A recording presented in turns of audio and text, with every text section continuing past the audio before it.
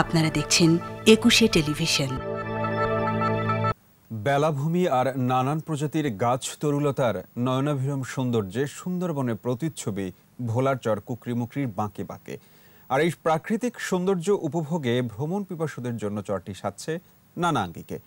সরকারি রেস্ট হাউসের পাশাপাশি বেসরকারি উদ্যোগে গড়ে উঠেছে হোমস্টে সার্ভিস। ভোলা প্রতিনিধি মেজবাউদ্দিন শিপুর রিপোর্ট জানাচ্ছেন মাসুম আলিসা। একপাশে সমুদ্র আর একপাশে ম্যানগ্রোভ বন। ট্রলার বা স্পিডবোটে যেতে পথে দেখা মেলে চর কুকরিমুকরির অপরূপ নৈসর্গিক দৃশ্য আর অসীম জলরাশি। মাঝখানে বেলাভূমি জুড়ে লাল কাঁকড়ার ছোটাছুটি, বনের বুক চিরে সরু জলস্রোত। এখানে আছে কেওড়া, গোলপাতা সহ ২৭২ প্রজাতির উদ্ভিদ, হরিণ সহ ৪৫ প্রজাতির প্রাণী, দেশি ও পরিযায়ী ২০৯ প্রজাতির পাখি। চলছে সরকারিভাবে একটি ইকো পার্ক নির্মাণ কাজ।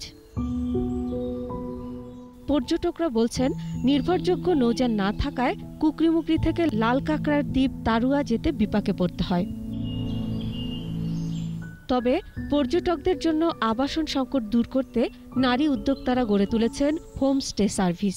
বিভিন্ন পর্যটক কুকরিমুকরিতে ঘুরতে আসেন, তো পরিবার পরিজনকে নিয়ে বিভ্রান্তিতে পড়তে হয় এবং এখানে অন্য কোনো জায়গা থাকার সুব্যবস্থা নেই। তো এটা পরিকল্পনা করে আমি হোমস্টে সার্ভিসটা চালু করেছি। এই পর্যটন দ্বীপে প্রতি বছরের ন্যায় এবারও আমরা আশা করি যে ব্যাপক দেশি এবং বিদেশি পর্যটকরা আমাদের কুকরিতে আসবেন। শুধু দেশি নয়, বিদেশি পর্যটকদের কাছে আকর্ষণীয় রূপে তুলে ধরতে অনলাইন মার্কেটিং প্ল্যাটফর্ম করা হয়েছে। এই প্রকল্পটির মাধ্যমে টুরিস্টদের সুযোগ সুবিধার জন্য আমরা ট্যুর গাইড এবং যারা সেবাদানকারী যে সমস্ত সদস্যরা আছেন তাদেরকে আমরা দক্ষতা উন্নয়ন প্রশিক্ষণ দিই। সাগর এবং বনভিত্তিক যে তাদের জীবন ব্যবস্থা, সেটাকে নয়নাভিরাম রূপে উপজীব্য করে আমরা তুলে ধরতে চাচ্ছি পর্যটকদের কাছে।